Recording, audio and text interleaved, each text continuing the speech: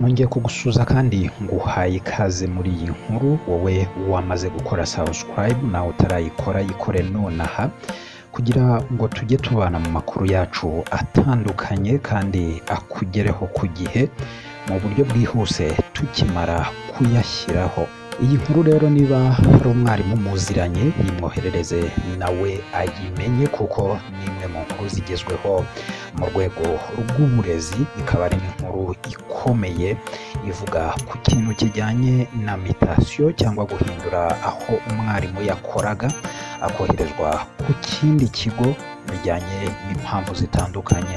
Hari ababikora kubera ko bimutse aho bari batuye, hari ababikora ku zindi mpamvu zitandukanye, ariko guhera uyu munsi hafashwe icyemezo gikomeye kuri iyi gahunda. Hanyuma niba hari n'uwateganyaga kubikora byaba binyuze mu buryo bw'ikoranabuhanga cyangwa mu bundi buryo, nawe akaba agomba kumenya izi mpinduka zabaye ku bijyanye n'iyi ngingo.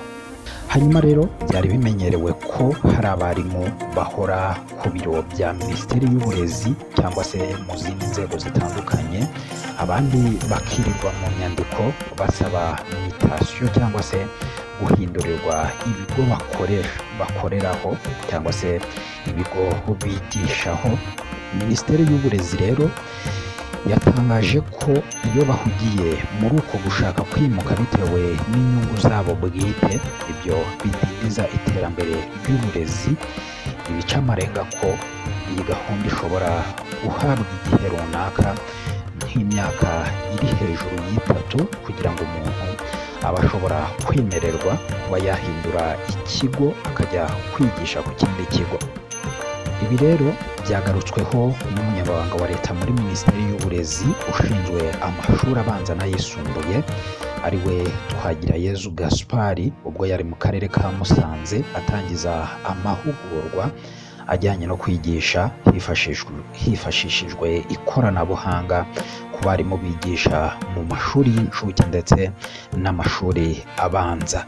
Ubwo yasubizaga ibibazo bitandukanye yagiye abazwa, yagarutse no kuri iki kijyanye na mutation cy'umubare munini w'abarimu bahora basaba guhindurirwa ibigo by'amashuri bigishaho, aho usanga hari ababigira akamenyero, ibyo bikaba ngo bigira ingaruka ku burezi.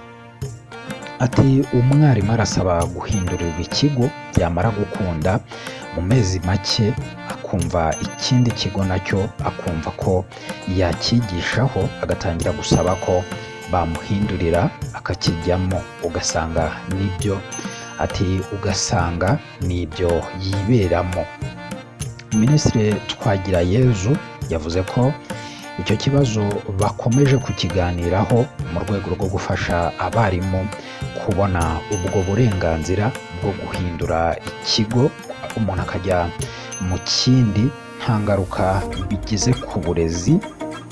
Ati ibi rero bikaba biri kuganirwaho uburyo byazajya bikorwa, ariko bikaba nta ngaruka bigize ku burezi. Ati mutation ni ikibazo turi gukemura ngo bikorwe neza.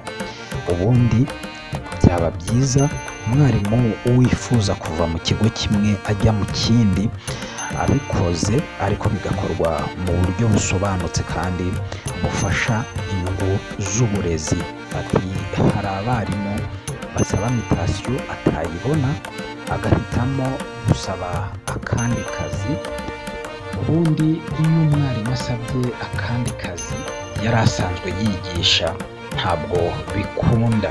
Bagomba kumenya ko igihe wasabye akazi ko kwigisha mu kigo ugomba kuhamara byibura imyaka 3. Uyu muyobozi yavuze ko nyuma y'imyaka 3 ushobora kuba wakwimuka, ariko nabwo binyuze mu buryo buteganywa n'amategeko, aho hashyizweho uburyo bw'ikoranabuhanga bufasha abarimu gusaba kwimurirwa mu kindi kigo bitamugoye. Minisitiri yavuze ko mu myaka 2 ishize hashyizwe mu myanya abarimu barenga 30,000, bivuze ko badakwiye kwimukira rimwe kuko bishobora kugira ingaruka ku burezi. ati twashyize abarimu barenga ibihumbi 30 mu myanya mu myaka 2 cyangwa 3 ishize. Bivuga ko hari abarimu benshi basaba mutation kandi ntibishoboka ko bose bayibonera icyarimwe. Iyo gahunda yo gusaba mutation mu buryo bw'ikoranabuhanga hagenda habamo n'uburyo buri mwarimu adusobanurira impamvu ashaka kwimuka ku kigo ajya ku kindi, tukareba impamvu ntabwo bose bakwimukira icyarimwe, tureba ababikeneye cyane kurusha abandi. Iyo ni imwe mu nkuru zikomeye ziri kuvugwa mu rwego rw'uburezi mu Rwanda bijyanye na mutation, aho uyu muyobozi yumvikanishije ko bidashoboka ko wakwaka mutation utaramara imyaka 3, bivuze ko ba bandi baherutse gushyirwa mu kazi mu myaka 2 cyangwa 3 ishize badashobora kwemererwa gukora mutation, ubwo abazemerewe akaba ari abazatse mbere cyangwa se ari abafite impamvu zumvikana zikomeye, akaba ari byo uyu murezi cyangwa se uyu minisitiri muri minisiteri y'uburezi yagaragarije abari mu mahugurwa mu karere ka Musanze, asubiza ku kibazo kijyanye no kuba bamwe batabona mutation. Bamwe bakavuga bati tumaze igihe kirekire tuyisabye ariko ntituyihabwa. Nawe agasobanura ati ibi bishobora guteza akavuyo n'akajagari mu burezi ndetse bikabangamira ireme ry'uburezi. Ati niyo mpamvu buri wese ubyifuje tutayimuha.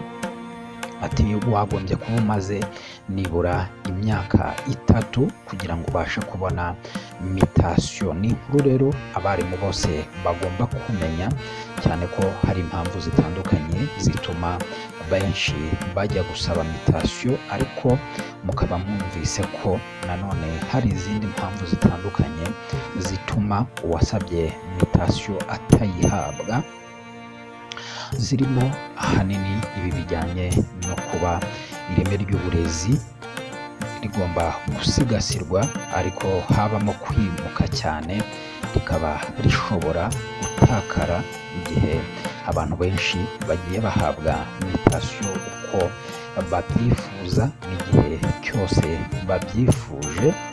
Ndetse hakaba hari n'abahora basaba kenshi ko bahindura ibigo, ariko mu byo uyu muyobozi yumvikanishije bikaba ari uko mbere y'imyaka 3 bigoye, ndetse abagiye mu burezi muri rusange mu myaka 3 ishize bakaba batashoboraga gusaba mutation, ndetse muyisabye ikaba igomba gusuzumwa ku mpamvu zumvikana. Ngayo nguko rero iyi nkuru yisangize umwarimu cyangwa se umurezi muziranye, hanyuma nawe aya makuru ayamenye. Hanyuma mbibutsa gukanda subscribe kugira mujye mubona amakuru atandukanye arimo ay'uburezi, ubuzima, politike n'ubuzima busanzwe hirya no hino ku isi, mu Rwanda ndetse no mu Burundi by'umwihariko.